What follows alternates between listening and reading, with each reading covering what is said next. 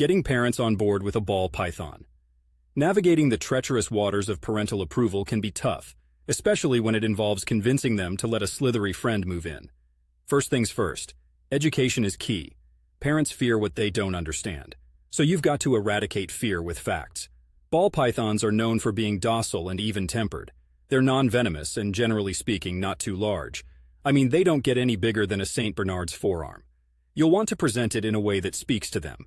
Maybe pull out your most formal wear and give a PowerPoint presentation at the dining room table. Go through the benefits one by one. Low maintenance. No need for walking at 6 a.m. No noise complaints. Snakes are the mute button of pets.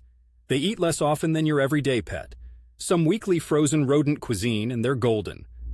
Highlight the cool factor. Owning a snake could be the cherry on top of a fascinating biology project, or personal interest that could shine on college applications, right? Plan for their concerns. Your folks will have a laundry list of worries from will it escape to what if it grows 50 feet long and devours the neighbor's chihuahua? Have answers ready and reassure them about the enclosure security and the modest size your python friend will maintain. Now let's talk responsibility, because that's going to be their ace in the hole. Show them you've done your homework. Maybe create a care sheet with your daily, weekly, and monthly responsibilities outlined. Show them the budget you've put together to cover the costs. Responsibility can be music to parental ears. Consistency is your ally here. You have to prove you're not just in this for the novelty. Offer to take on extra chores, improve those grades, or take care of a neighbor's pet for a while to showcase your reliability. And finally, leverage empathy. Frame it as a passion.